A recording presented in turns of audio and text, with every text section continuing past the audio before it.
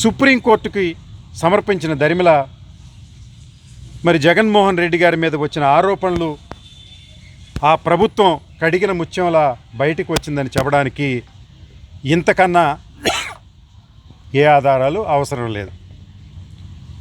దీనికి ప్రతిచర్యగా కూటమి ప్రభుత్వం వారి వారి పార్టీ శాసనసభ్యులు లేకుంటే పార్టీ నాయకుల చేత కొన్ని నియోజకవర్గాల్లో ఫ్లెక్సీలు పెట్టించడం జరిగింది. ఏంటయ్యా అంటే అది సుప్రీంకోర్టు ఇచ్చినటువంటి ఉత్తర్వు లేకుంటే సిబిఐ ఇచ్చినటువంటి టెస్ట్ రిపోర్ట్స్ని వక్రీకరించే విధంగా పెట్టడం.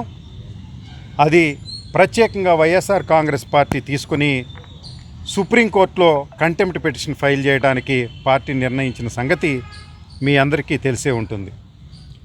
ఈ ఫ్లెక్సీల్ని కొన్ని చోట్ల కొంతమంది కార్యకర్తలు, వైఎస్ఆర్ కాంగ్రెస్ పార్టీకి చెందిన కార్యకర్తలు అది కంటెంప్ట్ ఆఫ్ కోర్టుగా ఉన్నాయని ఆరోపించడం, ఆ క్రమంలోనే జంతువుల కొవ్వు తిరుపతి లడ్డూలో ఉంది అన్న విషయంలో నుంచి రాష్ట్రంలో ఒక వినూత్నమైన సర్కారీ ఆర్గనైజ్డ్ క్రైమ్కి